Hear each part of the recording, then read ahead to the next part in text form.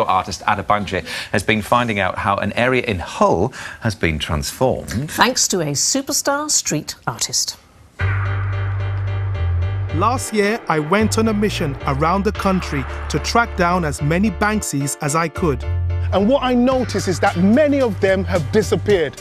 And some have even been sold to the highest bidder. And that has got me thinking, what could be the potential long-term impact of a world-famous artist leaving their mark on a city? To find out, I've come to Hull, where earlier this year a new Banksy mysteriously appeared overnight in the middle of a rundown industrial estate. The piece gained international attention, but this latest work by Banksy could have been the shortest lived of them all. Just a few days after the reveal, vandals painted over it, seemingly consigning another Banksy to history. But thankfully, an unlikely hero was on hand to save the day. So Jason, you're a window cleaner, right? I am, yeah. Tell me about the story. How did you save this Banksy artwork? I've seen on a Facebook group that it had been vandalised or just sprayed over. It was pretty much dry already, so I daubed it with cloths and white spirit gently at first and then a bit more, and it just started appearing magically underneath. That must have felt good. It felt amazing, yeah, really cool. Graffiti, there's a great divide, people have different opinions. So what was your take? Banksy is internationally renowned, isn't he? Yeah. And for him to come to Hull and do something that would bring tourists to Hull, increase traffic to the area, I knew it would be a good thing. Why would anybody want to get rid of it? Thanks to Jason's quick thinking, the Banksy has attracted visitors from all over the country. It's even inspired many other artists to start filling the once barren walls right around the area.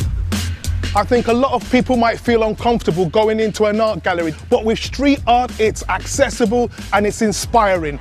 I love the fact that these works add colour and vibrancy to the whole area. Paulie and Kane Marshall are two local artists who have already created several pieces of street art here. Today, they are producing a huge mural on the side of a 3-story building, and I'm itching to get stuck in. I wish my painting was as fast as this.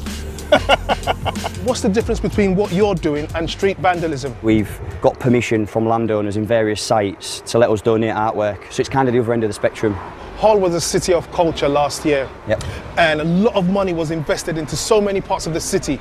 Was this part of that investment? No, it's kind of a bit of a forgotten space, but what City of Culture did do is change people's perception on the city. For a long time we've been a bit beaten down and had a bit of bad press, but now it's it's really lifted up the city.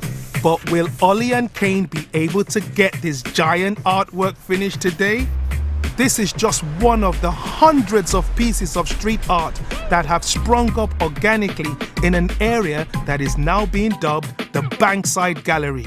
We wanted to create a space where artists could perform their craft free, very in the public view, but also a space where the public could go for free and see it at any time. We also hope that the art leads to regeneration, so you could have a cool bar or a cool coffee shop or amongst this grey industrial space. Can anyone just come in and paint? There's certain walls which anyone can come and paint at any time. You, me right now, or a granny or a young child. It's such a grey area, so any colour on the walls just brightens up the place. One of those that's benefited from the thousands of new visitors is pub landlord James Redding. It's increased trade quite a lot overnight when Banksy arrived. Within the next few days, everyone accused me of being Banksy to increase my trade. I think someone quoted one time that it was now a hipster pub because new art lovers are coming into the area. And do you think that the art coming around all this area is going to bring even more businesses around here? Regeneration seems to be happening and it's bringing a lot of people into the area.